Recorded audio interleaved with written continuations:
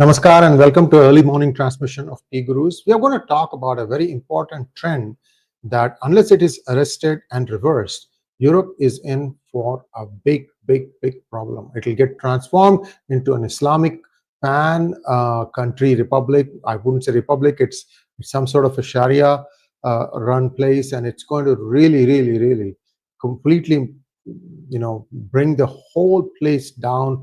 I mean, I can't even imagine what's going to happen, the way the trends are continuing in about 30 to 35 years from now. Last time I was in France, it was in 2019 summer, and I saw the signs of all this already, but in the 6 years that have passed since then, it's gotten much worse. Many of you might say, why are you, trying to make this thing a big deal? Why are you, scaremongering and then talking about Islamophobia? I'm not talking about Islamophobia. Talking about the radical elements in the Islamists who have now started making their presence felt in all these countries. See, Germany needed a lot of hands, and they were getting people in from Eastern Europe as well as from Turkey for more than 55 years. There was no problem because the need-based requirements were fulfilled by people with the required skill set, and that helped everyone. But what has happened is this deep state move to try and flood Europe with illegals. This is what has caused this problem, because many of the people who are now in Europe have not moved within 10 or 15 miles of where they used to live in their native country. They have no clue how the world looks like, and they are finding a huge problem adjusting. And then they take recourse to the one thing that they all know, which is their religion. You see how this becomes a self-fulfilling prophecy? That's what I'm concerned about. I have a small slide deck where I'm going to show you country after country. I'm going to start from France, Germany, Sweden, and then Austria, Denmark, and Poland. And you will see what kind of a demographic change is coming, and if not checked, how this is going to result in the next few decades. Very sobering thought. People need to understand, and somehow I've seen this thing that suddenly the world is hating Trump. But he's the one guy who's trying to make a fist of this illegal immigration. He has already deported close to 100,000 illegals. How much has Europe done? Tell me the number. How about UK? Let's start with United Kingdom. By the way, I'm not even talking about United Kingdom in this case, because in my opinion, it's a gone case. United Kingdom is yet to deport a single illegal, even though they were the first ones to pass laws to do that. They have still not deported anyone. So be whatever it is, the socialist mindset of the people, that they feel like this is not right, but they are going to come and destroy you because they don't know anything else. They don't have skill sets. They don't know how to work. All they know is they've been taught in madrasas about how their religion is superior and everybody else is inferior. Everybody else is a kafir, which kafir immediately by extension shall be put to death. So why is it that Europe wants to stick it to itself? Let's take a quick look. Please do like this video. It's a very small slide deck I'm going to share with you, and you will see what I'm talking about with your own eyes. Here we go. Now, lawmakers, especially in the members of the European Parliament, are beginning to find their voice, and they are beginning to say, look, this is a huge problem that needs to be addressed. How come they are suddenly now finding it out? Well, you are seeing that the globalists, who want a single new world order where there is going to be no parties. It's going to be one entity that will be controlling it. And this entity feels that by flooding your country with illegals and then giving them voting rights, then suddenly they have a bloc that will vote en masse for them, and thereby they can control it. And by the way, if things don't work their way, they'll ban everybody who they think is against their ideology. Take a look at what's happening in France, Marine Le Pen, what's happening in AFD, in Germany, to AFD. You get the point, right? This is what is really going on. And when are the people going to stand up and say that enough is enough? All of you get out. And how much money is it going to cost to send them out? I have no clue. They all came on boats. Financed by whom? They all seem to be well clothed. Financed by whom? Where did the boats come from? Who paid for that? They are coming from all over the world. How did they get all the mules? So all these questions need to be asked. By the way, the bigger battle, and you'll understand it only in the next probably months or so is the battle between the euro dollar system, where the euro is piggybacking the dollar, US dollar, and United States dollar. This is a finance battle. This is a little bit difficult to comprehend because we don't deal with this thing directly in our day-to-day lives. That is also going to become a huge problem. And I see only problem clouds, dark clouds for Europe, which is why Europe wants to continue fighting in Ukraine, because they feel that somewhere all their instruments, bonds, and other things are going to become worthless, and they need a war to just go and push the reset button. And the United States is not allowing that to happen. Well, we'll wait and see how that plays out. There are many conflicts within conflicts. This is one such conflict within the euro system as well as the American system. Then you saw that Libor has completely been phased out in the United States after what, decades?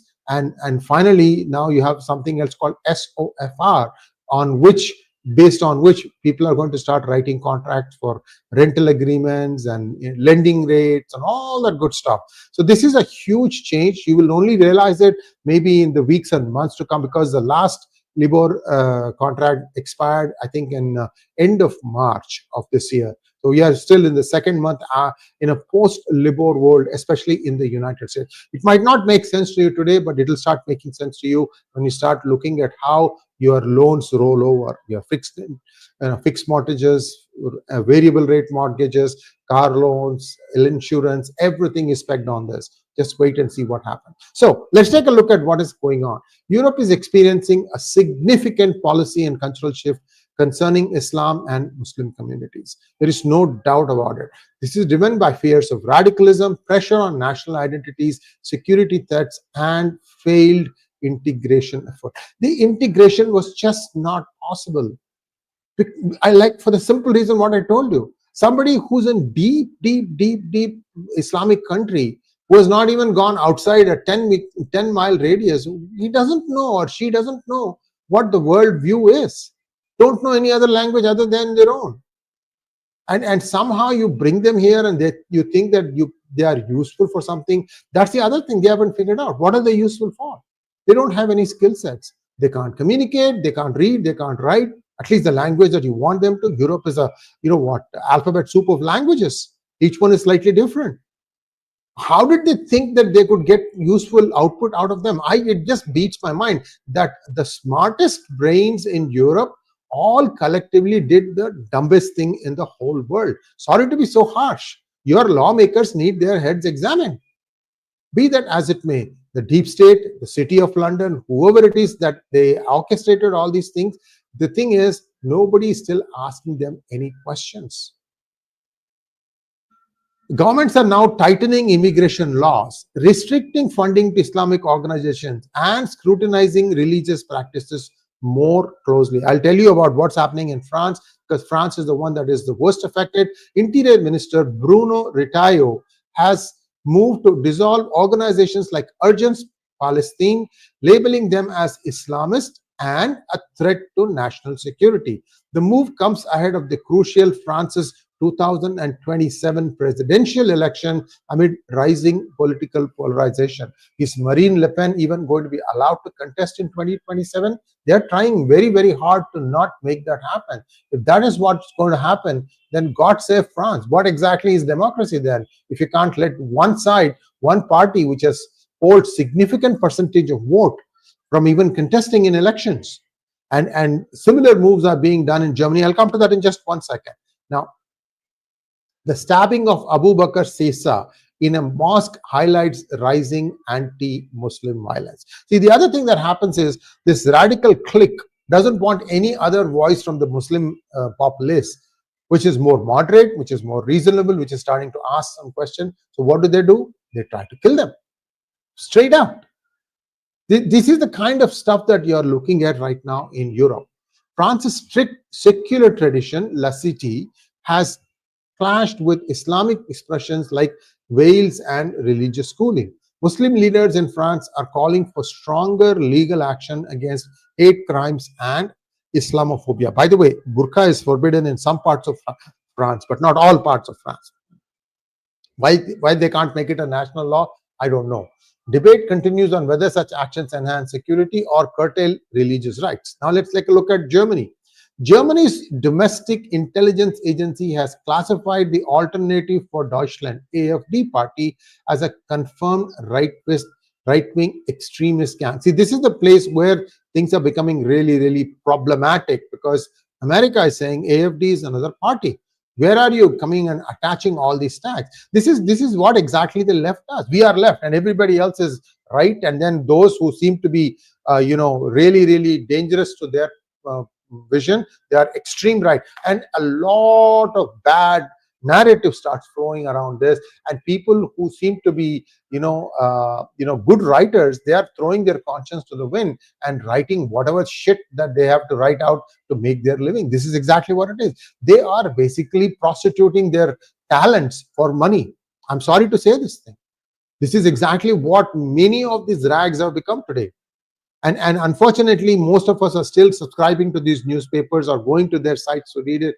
The truth is not going to be told to you, viewers. These are all sold out publications. They had no choice because they were losing money anyway. And the whole process accelerated when some oligarch came and started funding them and saying that I shall fund you as long as you keep writing along these lines. And that's exactly what is happening. Shame on them. Now, the AfD frequently campaigns against Muslim immigrants and Islamization of Germany.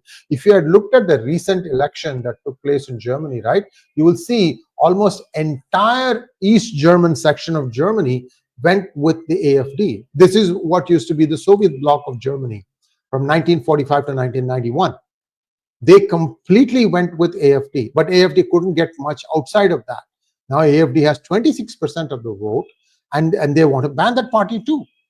And who is they? These are the remnants of the deep state. So the deep state is getting weaker by the day because United States is beginning to cut off its oxygen in terms of euro dollar. I have to give you a separate session on what exactly is this euro dollar system, why it is in deep trouble, and why many of the financial foundations of the of Europe, especially Western Europe, are in huge trouble. Now, there have been a lot of Islamic attacks in Germany, recent one being in Solingen. Germany has introduced tougher deportation rules and limited asylum policies.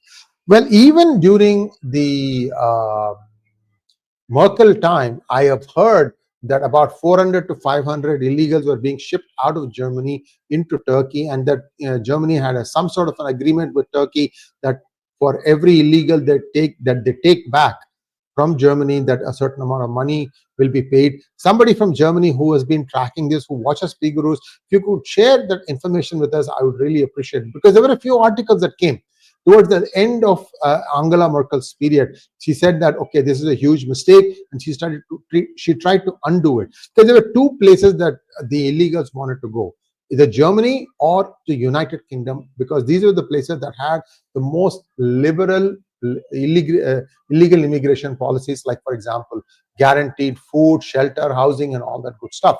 So they were aiming for either Germany or for UK, and I think Germany wised up. They did some deportation. I don't have the latest information on that. If somebody has information, please do share with us.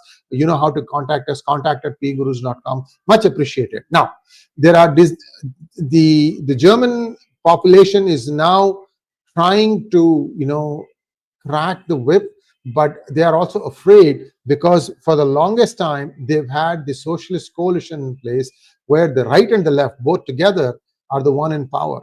So Germany is a fledgling democracy because of the two world wars it fought, and it really doesn't have a democracy. The one serious contender to this whole concept was the AfD, and to keep the AfD out, the rest are ganging up, just like to keep Marine Le Pen and her party out, the remaining parties in France are ganging up. This is the pathetic situation as far as politics are concerned. I mean, the people need to wake up. In your rural areas in France and Germany and the rest of Europe, you may not find signs of this, but once in a while, go to your bigger cities. You will see for yourself the kind of problems you are facing. Now let's take a look at Sweden. Member of the European Parliament, Beatrice Rugland Timgren, Sweden Democrats, stated that Islamism poses a threat to women's rights. Her comments sparked debate about the compatibility of Islamic ideologies with European gender equality standards. Sweden has reduced public funding to organizations suspected of links to foreign Islamist networks.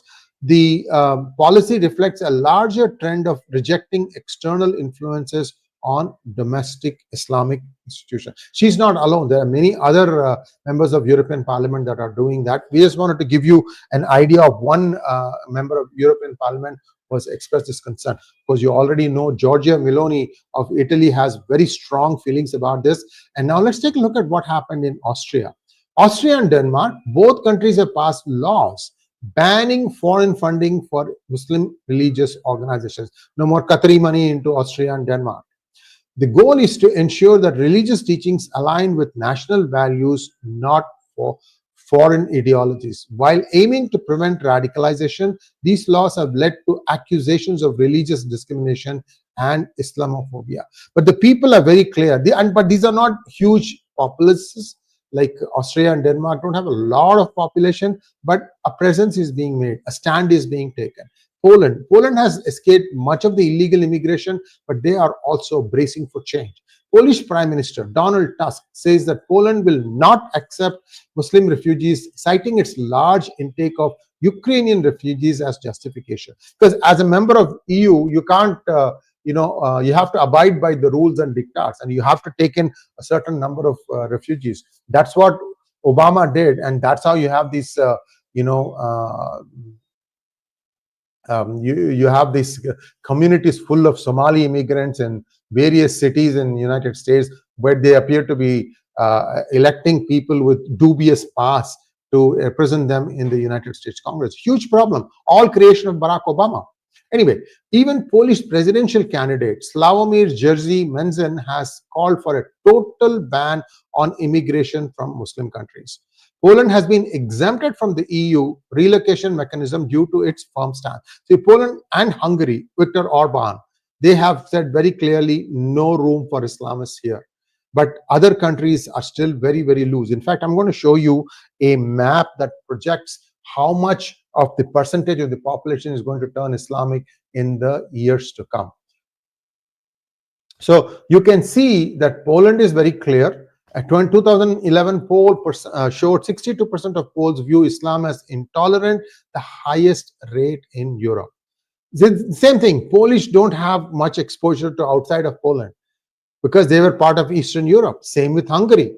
So that's why this is gaining root. That's why I told you AFD won so big in what used to be the East Germany.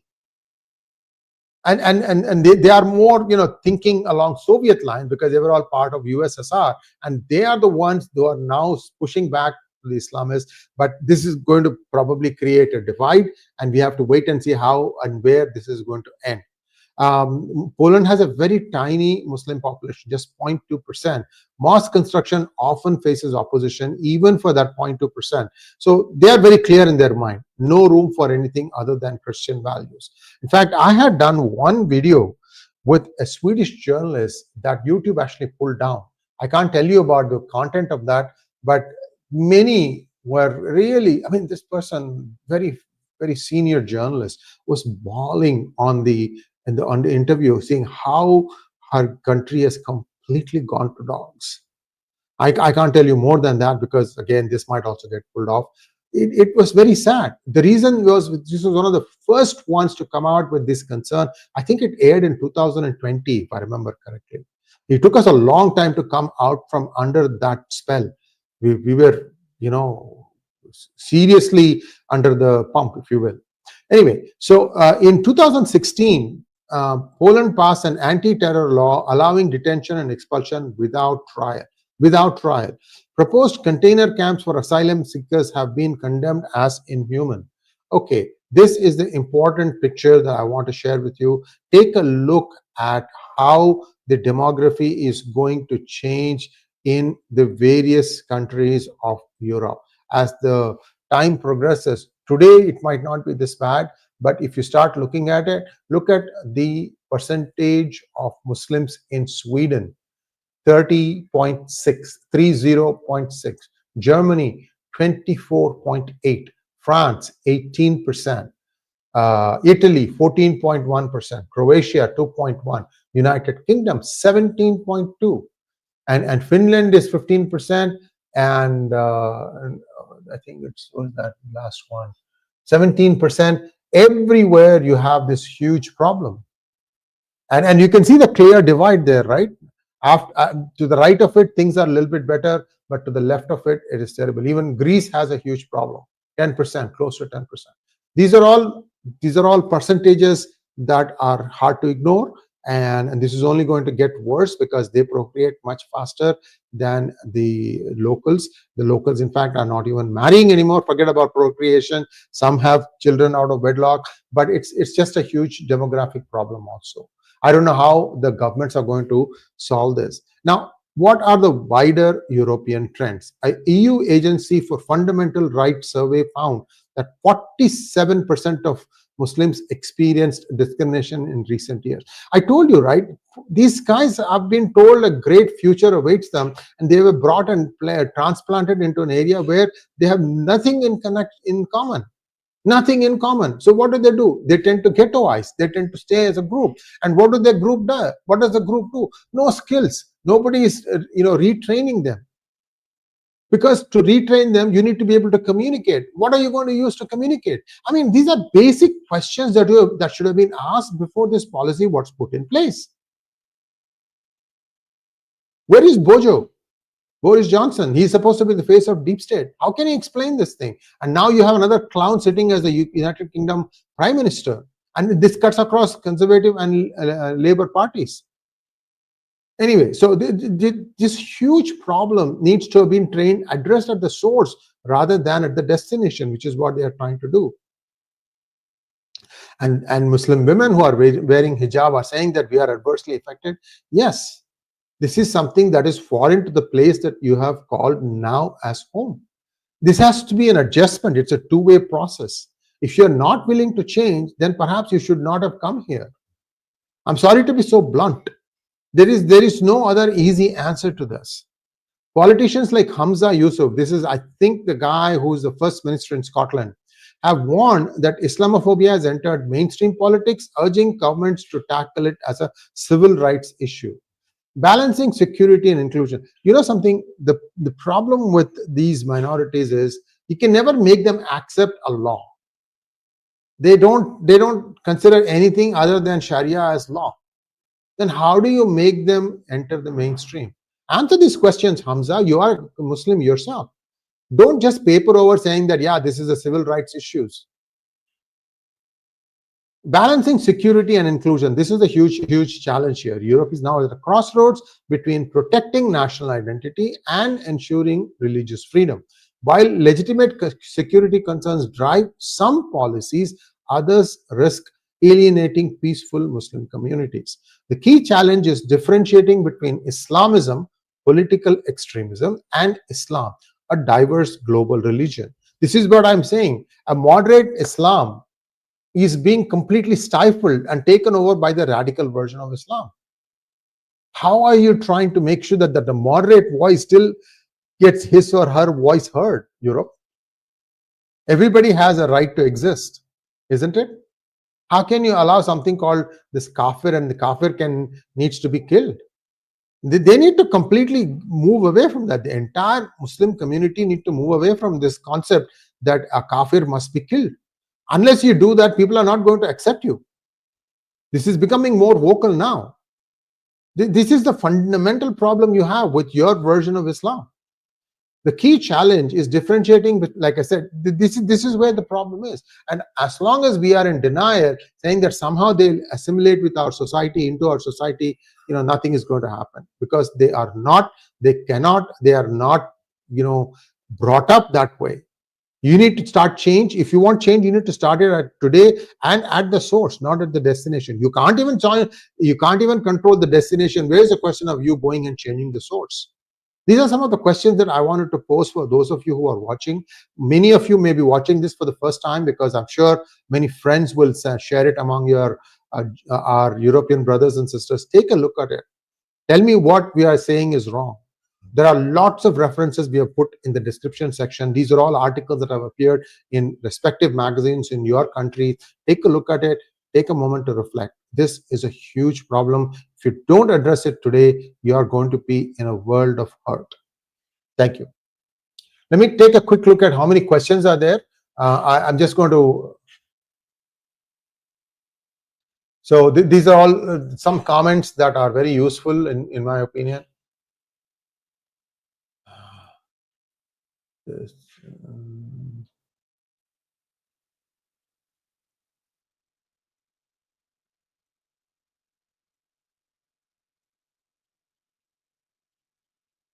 okay.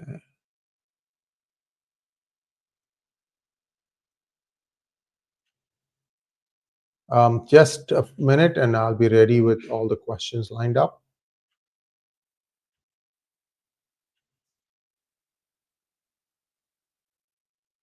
All right, we're done. We'll take some questions now. Let's start with Swarnali Lokhande. Thank you so much for becoming YouTube member. And HeartSage1 has this question. I was in UK for several years. They are woke to core when it comes to dealing with Islamist fanatic. Do you think there is a possibility another crusade in near future? I think it's going to start from these grooming gangs. How United Kingdom is going to deal with its grooming gang, because you are seeing that the problem is not going away. The Labour Party wants it to go away. At least the Conservative Party admitted that there was a problem. The Labour doesn't even, is still in denial, and they hope that by stifling reasonable voices that they can get this thing under control. Like, for example, my good friend Tommy Robinson is still in jail. For what, I wonder?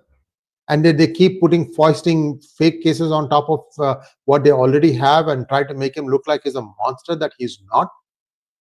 Anyway, good luck to Tommy, and you will start seeing more and more voices. Karthik Kesiraju, first, the majority of the European population has to admit that there is a problem. That there is a problem. You need to start interacting, start sharing videos. We have no skin in the game. Who cares who starts living and dominating in Europe?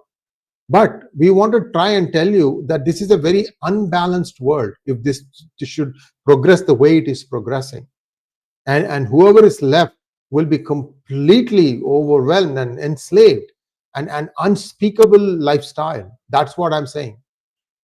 Karthik Kesiraju wants to know, sir, why this watermelon coalition and why pseudo-Hindus and leftists around the world have Stockholm syndrome, even after seeing what Islam is doing with terror around the world.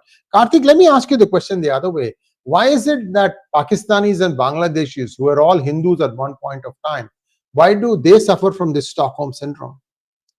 They were all Hindus. What should they have done as soon as they became independent? They should have thrown all this stuff out.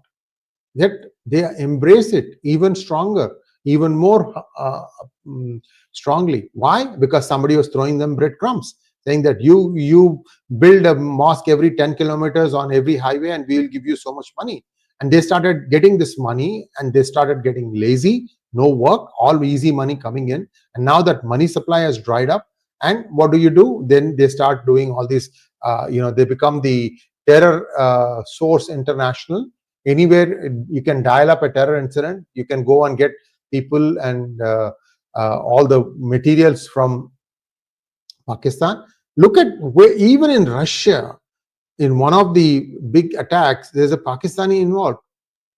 This is how bad this has become.